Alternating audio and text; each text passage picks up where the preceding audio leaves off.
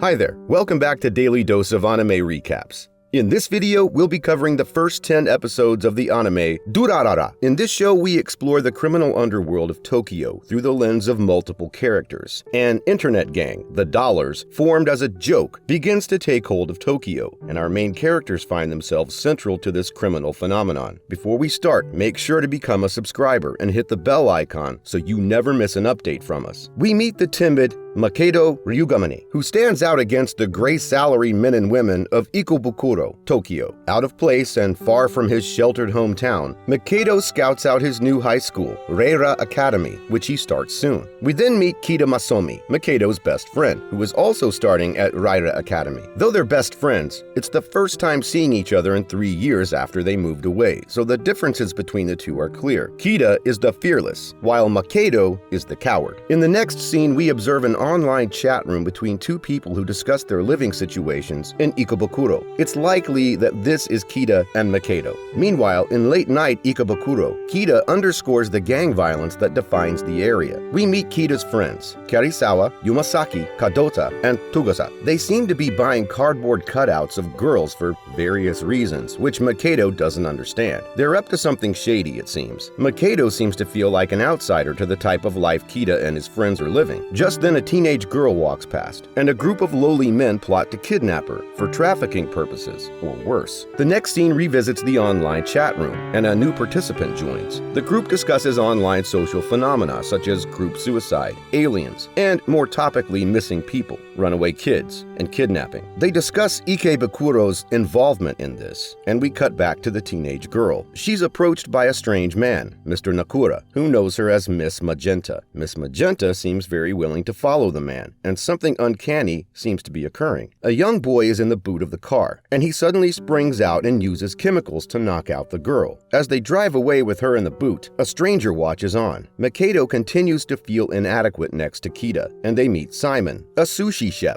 Kida already knows him, and his Russian family owns a sushi restaurant. We cut to the kidnappers, who hear an engine roaring. Another cut back to the online chat room, and they discuss the black biker in Ikebukuro that everyone is talking about. An urban legend of a monster riding about with no headlights seems to scare the criminals, as we cut back to them. The black biker faces them all head-on and dispatches one of them swiftly before taking out the rest. A terrifying black shadow looks as though it follows the black biker through the darkness, and we cut back to the online chat room as they talk about Dotachin, though we hear no information about who this person is. Then we find out that the black biker doesn't have a head, and instead black smoke and shadows drift out of its neck. Wielding a huge, shadowy scythe, the black biker is like Ikebukuro's Grim Reaper. Back to Mikado and Kida. The timid outsider asks who he should avoid in town. Kida tells him about Orihara Itsuya, but the group names the Dollars piques Mikado's interest. As they walk, Mikado bumps into a strange girl with scars around her neck.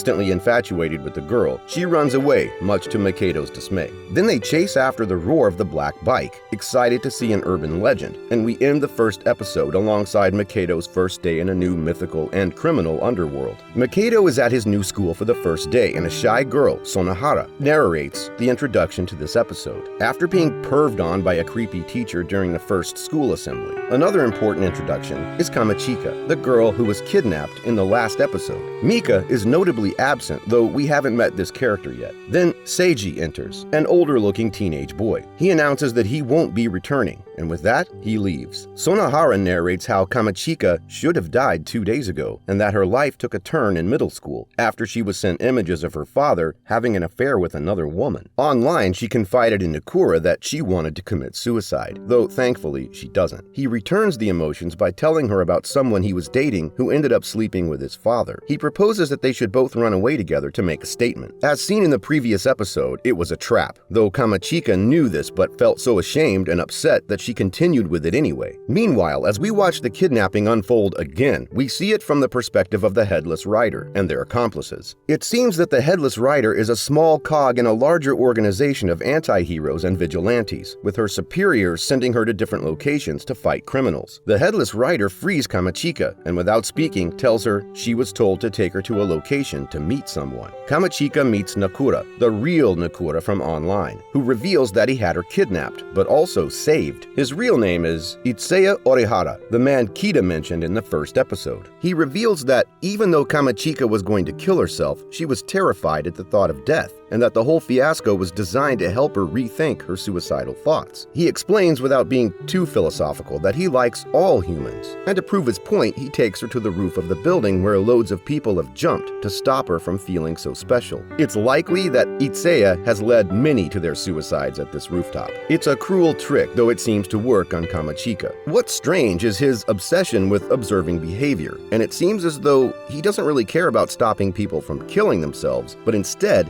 the study of them in moments of hesitation and turmoil. After being left alone, Kamachika jumps from the roof of the building, though the shadowy Headless Rider saves her. In her contemplation afterward, she has a total reversal of worldview that allows her to be happy and comfortable. Then, back to the end of the first day at school, Kida and Mikado watch on as Sonohara and Mika have something of an argument. Kida asks if something is wrong, likely because he's attracted to her, though the school day swiftly ends. We see the Headless Rider meeting with Nakura, and he questions why Headless Rider got so involved. The Headless Rider responds by asking about the many who ultimately did kill themselves, and the episode ends. Simon tries to invite customers into his sushi restaurant when two Russian tourists approach him asking for instructions. He sends them down a street and we see his friendly nature, and he becomes the narrator for this episode. In school, Sonohara volunteers as the girls' representative, and then Mikado feels compelled to volunteer as the boys' rep. As Mikado and Sonohara meet, she rushes away after seeing the creepy teacher from the previous episode. Mikado and Kida go into town as Kida wants to try and pick up girls, and Simon explains the importance of color gangs in Ikebukuro. The dollar gang gets brought up again, and we find out that they have a huge online presence. They bump into Kida's friends again, and they invite them into Toraona to an artist signing. Mikado curiously asks them about the dollars, though they warn him not to dive too deep, simply out of curiosity. We cut to another scene in which two shady-looking men walk through the city before they hear the roar of the Headless Rider's bike and take off. Then Sonohara spots who she thinks is Harimi, who we find out is actually the girl with the scars around her neck, and not Harimi. In town, Itsuya spots Mikado in town, and perhaps Mikado has a deeper involvement to the crime underworld than we initially thought. Simon narrates Mikado's internal conflict and his desire to change, and we understand better his anxiety regarding Ikebukuro. Kida acknowledges this and promises to turn Mikado into a fine Ikobukuroer. Mikado and Kida find Sonohara being bullied by people who claim their boyfriends are in the dollars, and Mikado is ready to spring into action, before Itsuya pushes Mikado into the altercation. It seems, though, that the boyfriend is really just a goofy the dollar imposter. He takes one of the bully girl's cell phones and smashes it beneath his foot, before the loser boyfriend steps in and tries and fails to fight back. Itsuya praises Mikado for trying to save Sonohara from being bullied, and blushes as Sonohara recognizes this. Furthermore, Itsuya reveals that he knows Kida, and that they all go to Raira Academy. Finally, Mikado realizes that this is the very Itsuya Orihara who they were to never make an enemy of. Itsuya suggests that he is in Ikebukuro to meet Mikado, though before he can explain, a trash can comes hurtling through the sky and knocking over Itsuya. The strange man from before is the one responsible, Shizuo, and it seems he has a vendetta against Itsuya for some reason. Before they're about to fight, the fake The Dollars gang member returns with his gang thugs, and they are shocked to see Shizuo. In a panic, one of them strikes him over the head with a baseball bat, which Shizuo interprets as someone trying to kill him. He punches the thug so hard his clothes fly off as he hurtles through the sky, and even though the thugs begin to flee, he takes them all on anyway. As Shizuo prepares to throw another street-side object through the air at Itsuya, Simon leaps from a building rooftop and catches it, protecting Itsuya. Simon and Shizuo then face off in what promises to be an excellent battle. However, Mikado runs away with Sonohara and abandons Kida behind. As the episode begins to crescendo, Mika finds the girl with the scars on her neck and is relieved to find his love once again. The final scene has Shizuo meeting with the Headless Rider as they reiterate that Shizuo wanted to kill Itsuya, though it does reveal a conspiratorial relationship between the rider and the strange bartender. We meet Kishitani Shinra, an underground physician in Ikebukuro who lives with the Headless Rider, Celty Storluson. Shinra studies Celty's being and nature, attempting to decipher just how she functions. They communicate by messaging online, which builds the story's constructed ideas of virtual realities and online presence. Shinra refers to Celty as a Dullahan, an old Irish folkloric creature, usually a headless rider on a black horse, and sometimes carrying their own head in their arms. It seems Celty invokes Celtic folklore in more than just name. Shinra attempts to find out how Celty's day at work was, as she seems very distant and upset. In a flashback, she recalls how Itsuya had told her of another Dullahan in Yomi Park. Celty rides all over Tokyo looking for the other Dullahan, while Shinra explains what a Dullahan truly is: a bringer of death with the role of visiting the houses of those destined to die. The mythical figure is easily comparable to a Grim Reaper, which makes sense considering the shadow scythe she carries around. Celty's story begins in the mountains, when she woke up one day without a head. With no memories to recall, or a face for people to recognize, whoever Celty was before had been erased from reality, while a new Celty was put forward into the world. The only thing she carries with her was her identity as a Dullahan, her name, and what she could do: kill. Another significant notice was that Celty discovered that she didn't think with her head, mostly as she didn't have one, though she could sense it nearby. She followed that sense until she realized that it had left the country and was bound for Japan, though she couldn't take it with her to Japan, so she set it free and found a working speeder bike instead. We cut back to the present day, and Celty finds out from Shizuo where the other Dullahan is. The next scene, we cut to some schoolgirls having their caricatures drawn by someone who apparently can't see very well anymore. Shizuo and Celty approach the man, and he reveals he saw a Dullahan when he was in the Irish mountains many years ago. He shows them the drawings of the Dullahan, which shockingly resembles Celty's appearance. He also revealed that a strange man approached him the other day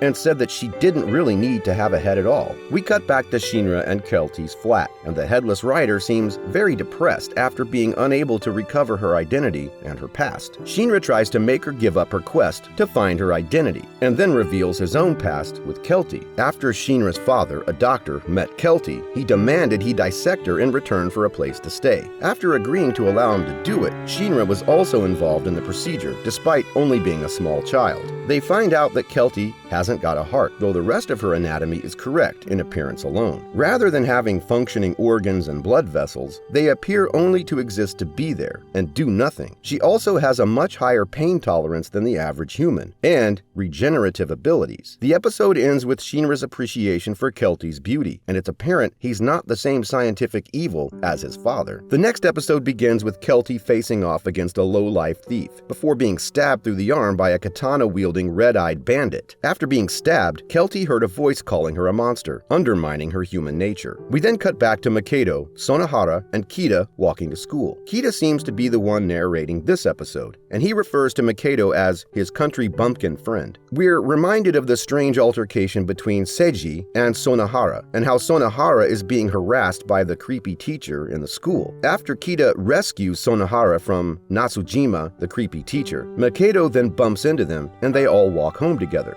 Kita even reveals that Natsujima has had a past history of weird relationships with high school girls before, and that if anything did happen, then Kita and Mikado would sort it out. The two boys then ask her about the disappearance of Mika, and she reveals that Mika is Seiji's stalker, and that she was just using Sonohara to look cool. Though in her disappearance, Sonohara is now struggling, though Mikado offers her some advice and tells her to hold her head high and to stay confident, rather than letting it hold her down. They say their goodbyes, and Kita and Mikado walk off together, trying to decide what to do about Mika's disappearance. Kita reveals that he was very depressed before Mikado came to Ikebukuro. While we journey with Kita through the city, we are simultaneously reminded of the Slasher, the red-eyed demon with a katana whose blade instills shame and depression within all those it cuts. We cut from the Slasher back to another online chat room, which seems to be growing in size. A spammer joins and sends ominous messages before being removed. The chat room that we're observing seems to be growing more and more nefarious as time passes, and it's no longer just the seemingly innocent chat between friends, but the seeds beneath a giant conspiracy. We see Celty and Shinra again before the Headless Rider leaves for another job. Our next scene is a montage, cutting through the different populi of Ikebukuro's underworld as they discuss who the strongest people are in the district: the Dollars, Headless Rider, Simon, the Slasher, Shizuo, and the Yellow Scarves are but some of the names names thrown out there. Kita joins his friends for a drink and explains that Mikado might be thinking of joining the Dollars and wants advice on how to stop him. The conversation is fruitless, as nobody actually knows much about the Dollars. However, Kita then leaves and sees Mikado, who spotted Mika with Seiji, and followed them. When Kita tries to chase Mikado, he accidentally bumps into 3 yellow scarf thugs. Meanwhile, Mikado catches up with Seiji, though he realizes that the girl isn't Mika, it's someone else. This is the same mistake that Sonohara made earlier, so there is clearly something strange going on here. Seiji sends Mikado away and tells him not to interfere. After this, Mikado turns around and sees Kido being accosted by the yellow scarves. And as this is happening, we realize that the episode has come full circle now, as in the parallel alleyway. Headless Rider is stabbed in the arm by the slasher. Kita and Mikado use this as a distraction to escape, while the slasher then murders the yellow scarves. The next scene has Itsuya turn up in the hospital room of a strange new character, a frail girl who has a picture of Kita as her phone's background photo. We meet a new character after this, Haruna, who seems to resemble the long-haired slasher. We see her on her laptop, talking on the online chat rooms that we've been seeing throughout the series. She seems to contribute to the conspiracies and rumors that the Dollars are responsible for all of the ongoing crime in Ikebukuro. As Kita and Mikado walk to school, Kita hints that at one point things will reach a boiling point between the people of Ikebukuro, though he and Mikado will remain friends. The episode begins with Kita and his crook friends having now joined the Dollars, and one of them calls the driver Dotachin, a name that we've seen spoken about in the online chat rooms. We find out that the gang are chasing the same kidnappers from the start of the series, the fake Nakura and his accomplices. You could be forgiven for not understanding the circumstances of this strange chase scene, which is why the flashback to 8 hours ago is very much appreciated. We begin with the Kazutano incident. The online chat room talks about the missing students from Ryra Academy, and it's likely that students from the school have joined, if not the founding members. Rumors are beginning to spread about the Dollars experimenting on humans and disposing of their bodies by eating them. As this happens, fake Nakura and his thugs break into an apartment block and are causing carnage. It seems they plan to buy someone who they can traffic for experimentation, or worse. They find someone, Kazutano, who seems to have something wrong with him. Kazutano manages to send a text reaching Dotachin and his friends saying that the plate broke. This could be a code word for something. Meanwhile, Kazutano is being tied up in the back of their van and they try to chloroform him, though Kazutano manages to knock it out of their hands. Dotachin and his friends go to Kazutano's apartment to check it out, and they find that the whole building has been trashed. One of them realizes that he was abducted by human traffickers. Thinking they're never going to find him again, they're offered hope by Hasim, the younger brother who saw the car that Kazutano was taken away in. We see Celty leave her apartment after Shinra passes her a note, while 2 scientists discuss this month as a failure. We don't know much about these 2 people, though one of them seems to know Seiji. As Dotachin and his fellows search vigorously for Kazutano, it seems they begin to lose hope with frustration. They decide to ring Kazutano's phone, and Itsuya picks it up after seemingly passing by the unconscious body of one of the kidnappers. Typically, Shizuo appears after launching a ridiculously heavy street-side object across the road, once again reminding his nemesis not to return to Ikebukuro. After the 2 of them flee for their daily battle, Dotachin arrives at the scene and takes the unconscious kid's phone. He impersonates him and uses it to find Kazutano's location. Dotachin then explains how he came to be a part of the Dollars crime syndicate via email. He received a formal invitation, and after that, he was in. He was sent a URL and password, and after that, he began to be part of the organization. Back to the present moment, Dotachin and co. managed to track down Kazutano and his abductees. They are just about to engage in a great fight before the Headless Rider makes tracks for them. The traffickers are terrified and run away as soon as they realize what's happening, and Kazutano is returned to his friends. Despite this, Dotachin and his gang chase after the kidnappers in order to put a stop to their scheming once and for all. They catch one of the kidnappers and demand he tell them who they were going to traffic Kazutano to. After threatening to torture him, he willfully tells them about Yakiri Pharmaceuticals, and that name rings a familiar bell. Seiji Yakiri, the boy from school who's dating the girl with the scarred neck. The Ikebukuro lore around Yakiri Pharma defines it as one of the darkest places in the district, and Seiji finds him and his family tightly wound at its core. In the next scene, we see the strange scientist lady once again after she has a phone call with Seiji. We then see him walking through town with the scarred girl, and the episode comes to a suspicious end. The next episode finds Shizuo, the bartender, with a vendetta against Itsuya as its narrator. He's eavesdropping on a conversation between two angsty thugs arguing about their relationships. The online chat room begins nattering about Shizuo and rumoring about his scary nature and violent tendencies. Shizuo and his thugs survey a crime scene after a violent disaster in Ikebukuro, as rumors spread that the slasher is central to the murders that have just happened. As they head away from the scene, a shady man in a trench coat watches them from afar. Meanwhile, Shizuo bumps into Dodechin and they exchange a brief greeting. As Shizuo looks up at a movie advertisement billboard, the trench coat stranger approaches him and reveals that the movie star in the poster is Shizuo's younger brother. The stranger introduces himself as Nikawa Shuji, and we begin to recognize him from various scenes throughout the series. He brings up Shizuo's brother's films and talks about him with knowledge as though he's read his biography. He asks Shizuo if he helped to train his younger brother, and the enraged bartender picks up a street lamp and knocks out the shady Suji. Next, we see a flashback of Shizuo as a child, lifting up a fridge and preparing to launch it at his younger brother, before he breaks his neck with it on top of him. We watch other memories of Shizuo launching tables in school and throwing teachers about. Rather violently, we watch the X-rayed bones in his body cracking and crumbling beneath the weight of his strength and power. Shizuo's body is compelled towards destruction, violence, self-harm, and anger. It goes so far that he stops trying to control it and instead embraces it. An unfamiliar woman sees the injured Shizuo and gives him bottles of milk to drink to strengthen his bones, and he clearly feels some affection for the stranger. Later on, Shizuo sees the stranger being accosted by thugs in her bakery, and Shizuo is faced with a dilemma. We don't see what happened, only the aftermath, as we see Shizuo had destroyed the entire shop, maiming the kind stranger in the process. Shizuo becomes afraid of his own strength and thinks that everyone else is afraid of him. Shizuo joins Ryra Academy, and it turns out that one of his friends at school is Shinra. Through Shinra, he meets Celty, and he is once again infatuated by the stranger. The story then takes a turn, and we observe Shizuo's first meeting with Orihara Itsuya. Their relationship with each other is marked by sheer violence, and they hate each other from the first moment they met. As they begin a fight against each other, Itsuya whips out a knife and slashes his chest. This begins a lifelong rivalry, and for no reason either, though their first fight ends after Shizuo is hit by a bus. Eventually, everyone in Ikebukuro wants to fight against Shizuo, and he becomes public enemy number one. It turns out that Itsuya had turned the entire city against him, and he's the mastermind behind Shizuo's notoriety.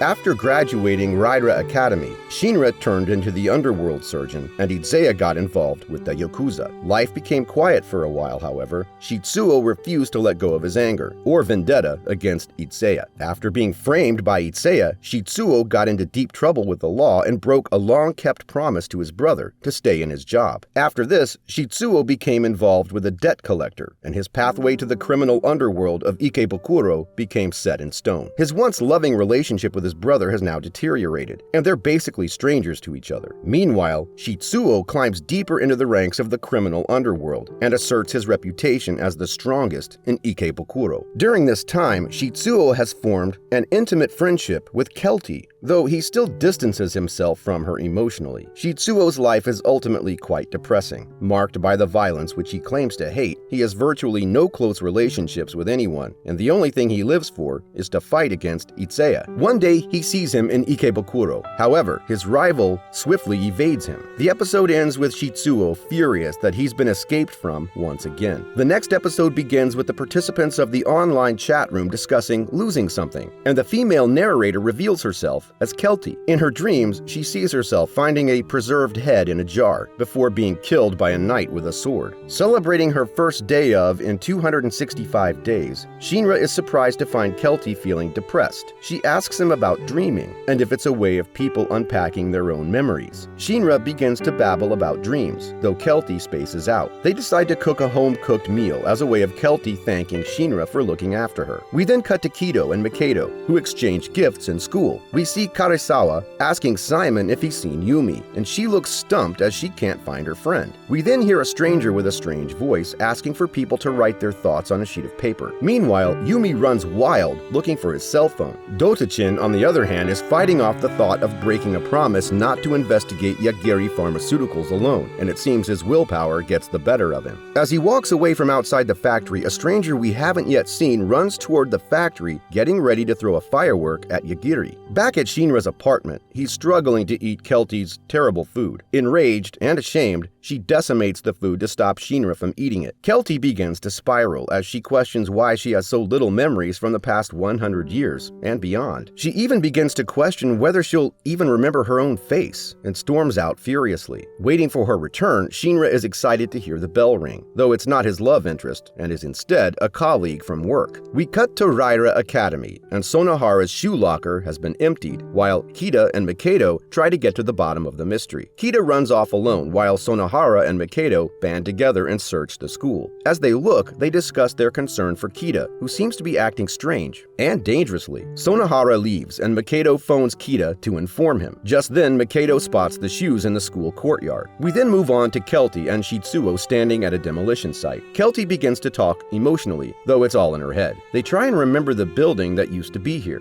We then return to Mikado, who has the shoes in a bag. He meets the stranger with the odd voice, perhaps a foreigner, and she tells him she's looking for beautiful Japanese. He has a flip through her notebook and sees notes from Karisawa and Celty, and we once again see how connected this city is. Celty returns home and feels something's different, as Shinra isn't there. He's doing surgery on the strange kid throwing fireworks, and they find out that he was attacking the place as his girlfriend, who was abducted, had memories of the place. This further entrenches Yagiri Pharmaceuticals in the conspiracy, as they lie at the heart of the violence in this city. Celty and Shinra bump into each other again, and Shinra is clearly lonely. He invites her to go and eat with him at Simon's restaurant. Shinra eats Simon's eclectic mix of sushi, and they open a fortune cookie at the end. The fortune inside reads that Celty will finally find what she's looking for. Meanwhile, Shinra is going to suffer from unrequited love. Before letting Celty see, he eats the fortune. We watch as Mikado returns Sonohara's shoes to her, though she doesn't say much, and this leaves Mikado unsatisfied. We see Seiji and the scarred girl together, and she seems scared. Before she's about to remember something, she hesitates, and Seiji reveals that she's lost most of her memories. Then he says something shocking. He says, "Thank you, Celty." As the Headless Rider prepares to go to sleep, we finally see her real face, and it's that of the scarred girl. As the episode ends, the series' shocking and unpredictable mysteries begin to unravel. Though, as we find out more, we're only thrown deeper into conspiracy. Seiji and Mika are outside of a shop, and Seiji goes inside. While he's away, Mika goes through his phone, and when he returns, Mika leaps into his arms, strangely. Meanwhile, the two scientists are discussing Seiji's apparent absence. They fear he's going to run away, and they fear the police are closing in on them. It's apparent that Seiji's sister, Nami, is the narrator of this episode. Raised by their uncle in their parents' absence, she had an affinity for strange and uncanny dolls. One day she went into her uncle's study and saw Celty's head in a jar. Entranced by it, they both couldn't give up their obsession with it. Eventually, she invited her brother into the study to look at the head, and he became infatuated with it. Nami states that it was the most fatal mistake she had ever made. One day after her brother went missing, Nami gained an audience with Itsuya. She asked him to help find Seiji. Itsuya's obsession with people leads him to become interested in Nami's relationship with her brother. He suggests that she's jealous of the scar-headed girl, and that she's even in love with him. In another flashback, she explains that one day at the height of Seiji's obsession, he broke into the research facility that the head was stored in and stole it. He later called his sister and confessed that he might have killed someone. Strangely, instead of fear or rage, she was happy that her brother needed her for something. Seiji had apparently murdered someone that turned out to be Harima Mika, the girl stalking Seiji. She broke into his room to see him and instead saw the head in a jar.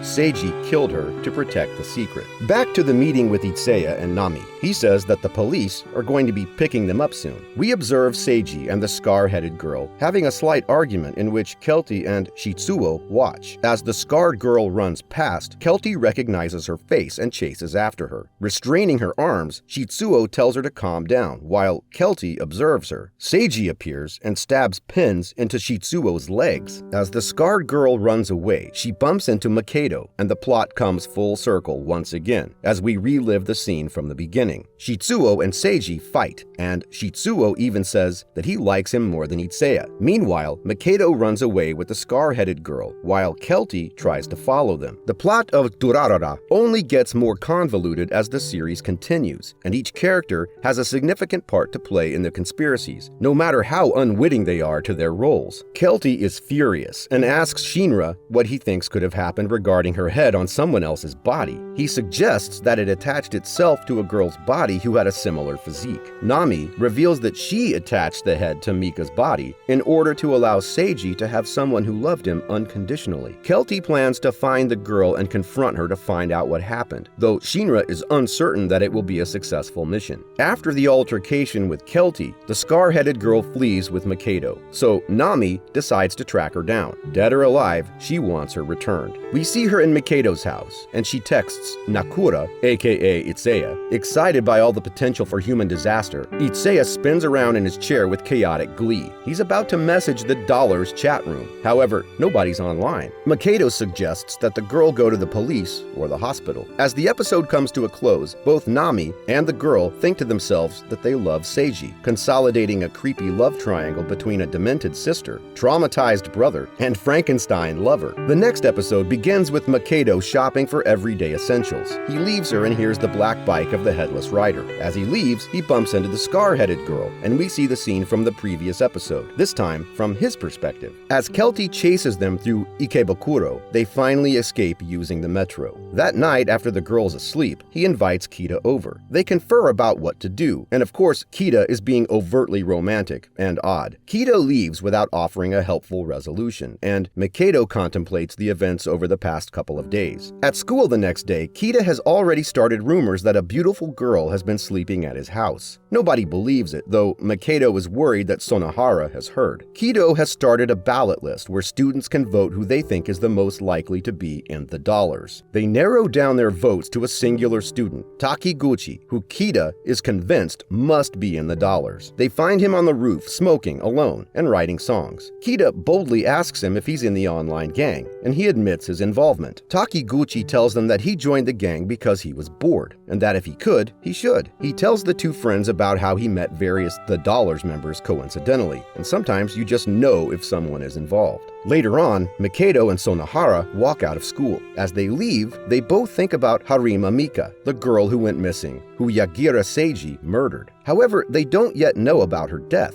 Mikado asks if Sonohara has any leads yet, and Kita bails on the two friends as the pervy teacher claims that he's in a disciplinary meeting. Something strange is going on here, though Mikado isn't suspicious at all. Sonohara explains that she looked at Mikado's personal application files and matriculation records, which causes him to spiral and think that she's a stalker like Mika. However, she then says that she was just joking and teasing him. As they leave school, a stranger and her ridiculously hairstyled friend accuses Mikado of something. It turns out that she's the girl who Itsuya confronted after smashing her phone. Just before he's about to fight Mikado, Itsuya and Celty appear and beat up the boyfriend once again. It turns out that Itsuya has been hiding by the school and waiting for Mikado. They follow Mikado home, which he thinks is a bad idea since the scar-headed girl is there. Mikado asks who the Headless Rider is, and she lies and explains she's looking for the daughter of one of her relatives. Mikado doesn't trust her, so he asks to see inside her helmet to see her without a head. Surprisingly, she doesn't scream. Celty then tells Mikado the real reason she's looking for the girl. Somehow, Mikado believes every word she says. She asks to see the girl. However, Mikado would rather protect her. We cut to Dotachin and his friends sitting in their van waiting for something. Suddenly, the driver chases after another car, which knocked a pebble into theirs. We cut back to Mikado, who has Celty and Itsuya outside. He goes upstairs to ask for the girl's permission to introduce her to Celty. As he goes inside, he's attacked by two men. Celty realizes what's happening, and we cut to the two men interrogating Mikado. The two men disappear, and Itsuya theorizes that they're hitmen from Yagiri Pharmaceuticals. As all of this is happening, Mikado seemingly puts together a few random plot threads. A girl who lost her head, a Doulahan, missing people, Harima Mika, Yakiri Seiji, human trafficking, and the Dollars. He rushes to his computer and starts to do something. However, the episode ends before we can find out what he did. That ends this episode of Daily Dose of Anime Recaps, with another serious cliffhanger.